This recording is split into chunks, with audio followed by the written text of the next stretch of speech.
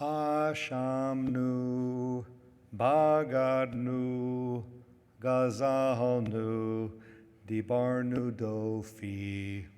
We have trespassed, we have betrayed, we have stolen, we have slandered. The sounds, the rhythms, the moment of the Vidui confessional prayers are so powerful.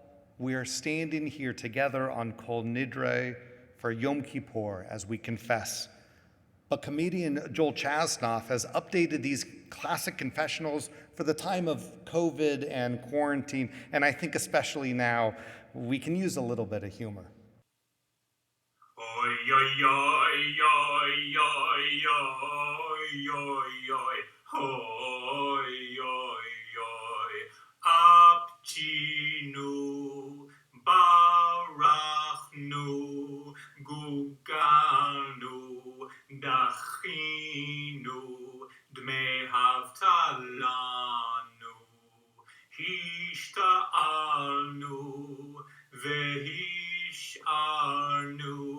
Waifinu, Zumanu Bashena, ay, ay, ay, ay, ay, ay. The act of confession is such an important part of the process of Chuva. Chuva, or returning, is the idea that we have strayed from the proper path and we're returning to the derech, the proper way. Chuva also has a spiritual element. We have strayed from God and we're returning. In Hilchot Chuva by Maimonides, the Laws of Chuva, the opening sentence blends the ideas of confession and repentance and Chuva. Rambam wrote, if a person transgresses any of the mitzvot of the Torah, whether a positive or a negative commandment, whether on purpose or by accident, when one repents and returns from his wrongdoing, a person must confess before God, repenting, confessing, returning.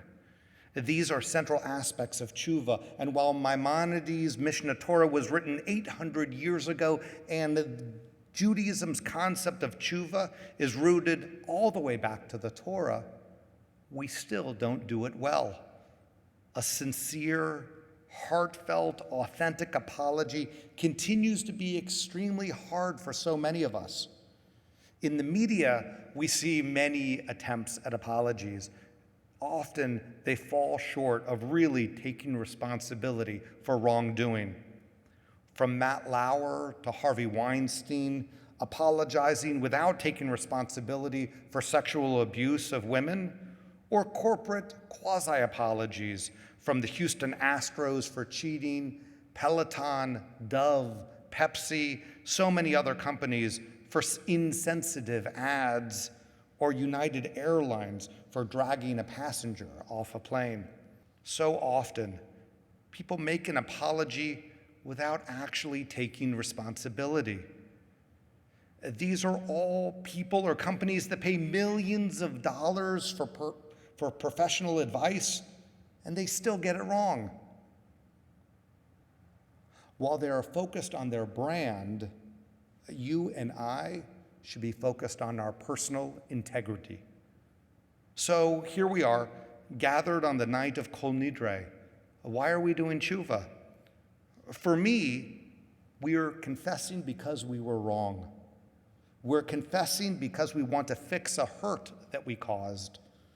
I am confessing because I cannot be my best self until I confront my own shortfalls. We are confessing because we have harmed someone in a specific way through word or deed. A true apology is hard. It is not supposed to be easy. And that is why Judaism's call to Chuva culminates tonight and all day tomorrow to craft the apologies we need to do and to find the courage to actually extend them. I say courage because a true apology requires us to dig deep, to understand what we did wrong and how we hurt the other person. It takes courage to change your way. Author and playwright Eve Ensler, has thought deeply about the components of a true apology. In her book, The Apology, she writes in her father's voice about the apology he never gave her. Ensler's father had sexually abused her as a child, and he died without ever acknowledging his horrendous acts. I want to share an excerpt of how she describes a true apology, and I've edited out some of the more graphic details. She writes, "Apology is a sacred commitment. It requires complete honesty. It demands deep self-interrogation and time. It cannot be rushed." She says, "I discovered an apology has 4 steps, and if you would, I'd like to take you through them," she says. The first is you have to say what in detail you did. Your accounting cannot be vague. I'm sorry if I hurt you. I'm sorry if I sexually abused you. Doesn't cut it.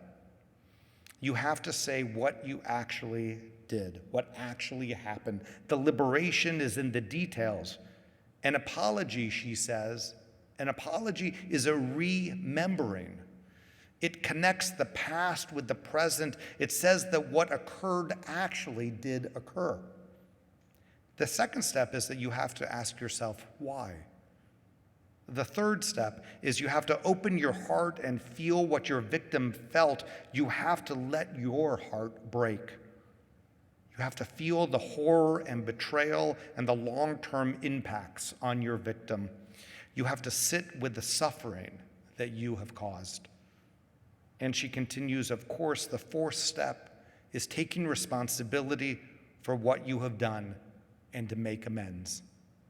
Ensler says, so why would anyone want to go through such a grueling and humbling process? Why would you want to rip yourself open? She answers her own question by saying, because it is the only thing that will set yourself free. It is the only thing that will set your victim free. You don't just destroy your victim, you destroyed yourself. There is no one who enacts violence on another person who doesn't suffer from the effects themselves. It creates an incredibly dark and contaminating spirit, and it spreads throughout your entire life. While Ensler is writing about a specific type of horror that she endured, her lessons apply to each of us. The 13th century Jewish poet Avraham ben Shmuel Abulafia expresses the pain of his internal struggle because of wrong that he has done. The poem is called Confession, and in part it reads, I have tested the hearts of those who hate me, but no one hates me as my own heart does. Many are the blows and wounds inflicted by my enemies, but no one batters me and wounds me more than my soul does. And the poem continues, to whom can I cry out? Whom can I condemn when those who are destroying me come from within myself? Whatever Abulafia's sin was, he describes its corrosive impact. About the same time period as Abulafia, Maimonides asks an important question. How do we confess? Rambam's answer is simple. He wrote, you say, I implore you, God, I sinned, chatati, I transgressed, avati. I committed iniquity before you by doing the following, pashati lefanecha va'asiti kach v'kach. And then you state your wrongdoings. Behold, I regret and am embarrassed for my deeds. I promise never to repeat this action again, Rambam says. Clarity, specificity, and authenticity is essential for an apology, in doing tshuva, in making amends. Interestingly, for Ensler and Rambam, a real confession or apology is not primarily focused on repairing the relationship with another person. The most powerful part of the change is what has to happen within you. Change, return, tshuva. This is critical for releasing the burdens that you carry and improving yourself. If you do the hard work and are painfully honest with yourself, you will become a better person. You will become a better version of yourself, and only through that personal growth might you regain the trust of the person that you hurt. Too many public apologies are responding to the news cycle rather than the process of introspection and evaluation and real change. So why don't we do this? How do we collectively create a culture where even the most egregious violators flaunt their deficiencies and parade themselves around like a hero, and even worse, we celebrate them? Megan Garber of The Atlantic wrote, "There was a time in American public life when atonement was seen as a form of strength, a way to own up to one's missteps, but also to do the classic work of crisis management to control the narrative," she says. "I'm the responsible officer of the government," John F. Kennedy said of the Bay of Pigs. "This happened on my watch," Ronald Reagan said of Iran-Contra. "I take full responsibility for the federal government's response," George W. Bush said of Hurricane Katrina. Bucks stop. Power came with responsibility. Garber continues, "In some ways, it's understandable the widespread apology aversion. The America of the current moment is heated and hasty, and an apology can be easily weaponized. There is less kindness in public life, more shaming, and an absence of leadership at the top that models responsibility and accountability," the psychologist Harriet Lerner, the author of Why Won't You Apologize, says. Those who do apologize often try to have it both ways, sorry and not sorry, in one cynical stew. So my message is clear. And while you may think this does not include you, Ashamnu teaches us that we have all trespassed. Bagadnu, we have all betrayed. Galzalnu, we have all stolen. Dibardu dofi, we have all slandered. Use this time of Yom Kippur to look inside yourself. Do the hard work, because through Chuva, you will become a better version of yourself, and you deserve that. And if it is sincere and real and sustained, the person you hurt may forgive you too. May 5781 be a year of deep introspection, of personal growth, and a time of reclaiming the power of sincere apology. Shana Tova, Tzom Kal.